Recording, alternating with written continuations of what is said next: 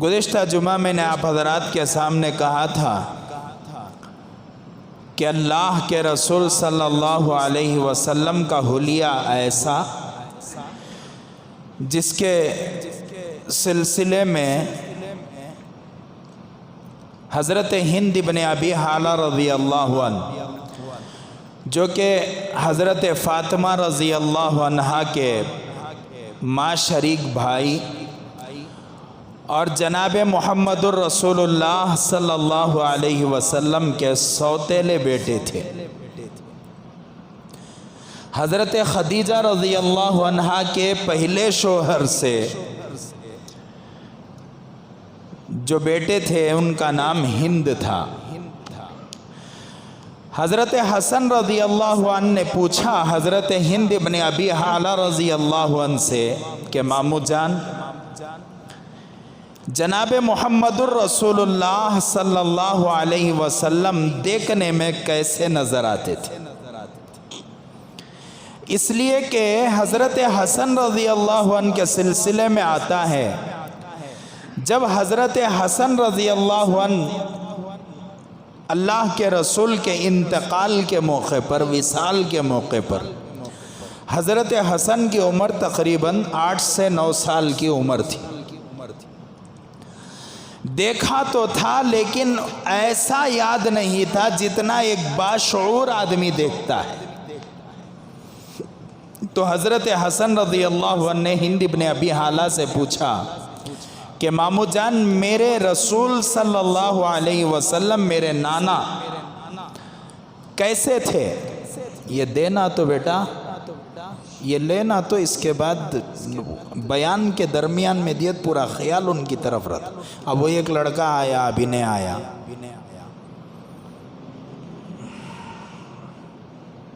پورا خیال اب ان دونوں کی طرف ہے میرا۔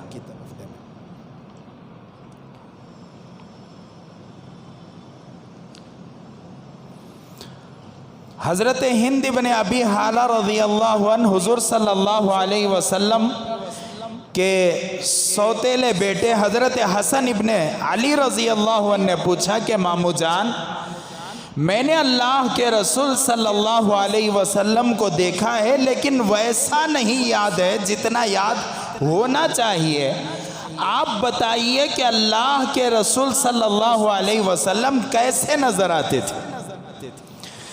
حضرت ہند بن ابی حالہ رضی اللہ عنہ چونکہ بہت اچھی طرح اللہ کے رسول کے حلیے کو بیان فرمایا کرتے تھے، فرماتے ہیں کان وصافا عن حلیت النبی صلی اللہ علیہ وسلم، جناب محمد الرسول اللہ صلی اللہ علیہ وسلم کے اوصاف کو اور آپ صلی اللہ علیہ وسلم کے حلیے کو بہت اچھے انداز سے بیان فرماتے تھے۔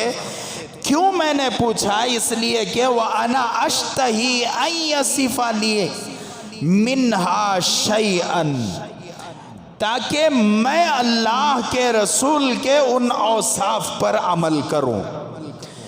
میں تمہید کو چھوڑ کر بالکل بیان حضور صلی اللہ علیہ وسلم کے اوصاف سے شروع اس لیے کر رہا ہوں کہ ہم لوگ تمہید کے ساتھ چلتے ہیں تو وقت ختم ہو جاتا ہے، عنوان مکمل ہو نہیں پاتا، جس کی وجہ سے میں نے سوچا کہ کوئی تمہید نہیں، آگے پیچھے کوئی بات نہیں، سیدھا اوصاف سے بات شروع ہو۔ تو گزشتہ جمعہ میں نے آپ حضرات کے سامنے 4 اوصاف بیان کیے تھے۔ حضرت ہند بن ابی حالہ رضی اللہ عنہ فرماتے ہیں حضور صلی اللہ علیہ وسلم فخمن مفخمن، اللہ کے رسول اپنے آپ کے لیے بھی خوبصورت تھے، دوسروں کے لیے بھی عظیم الشان تھے، اپنی ذات والا صفات کے اعتبار سے بھی خوبصورت اور دوسروں کے لیے بھی عظیم الشان۔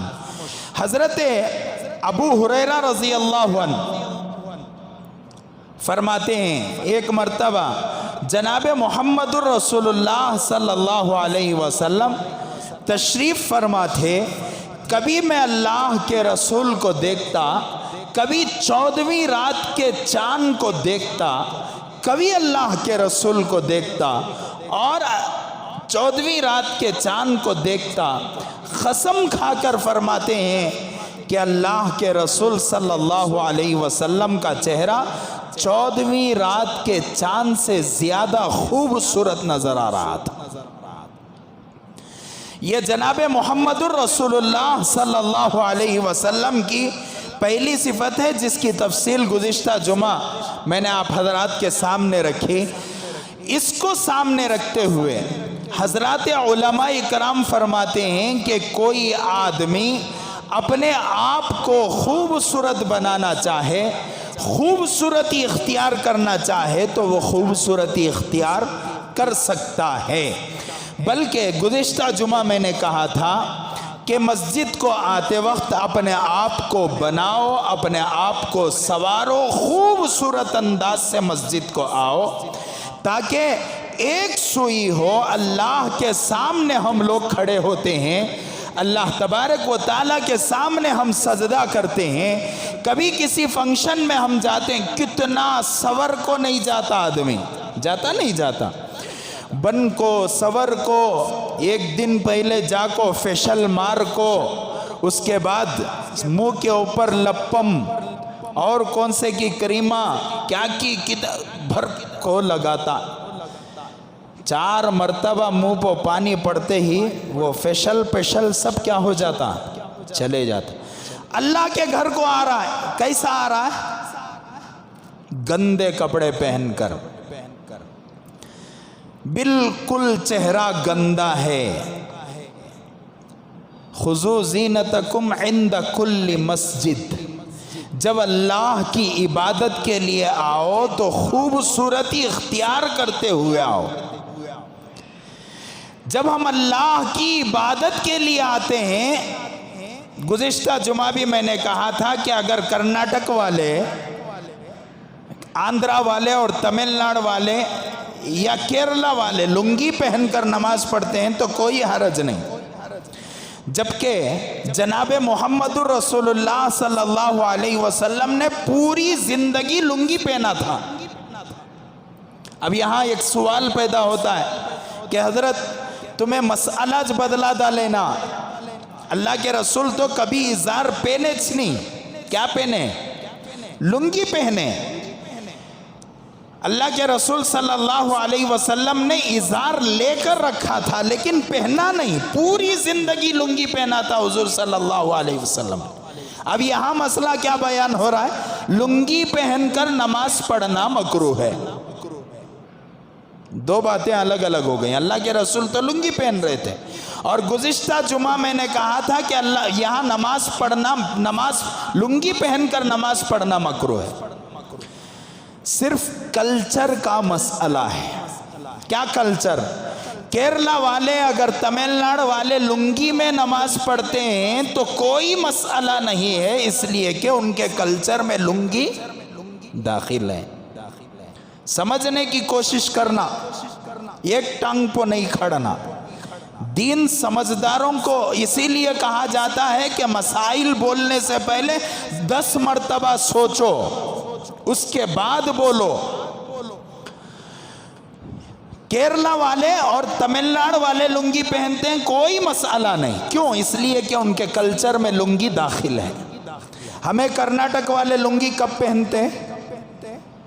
رات کو سوتے وقت۔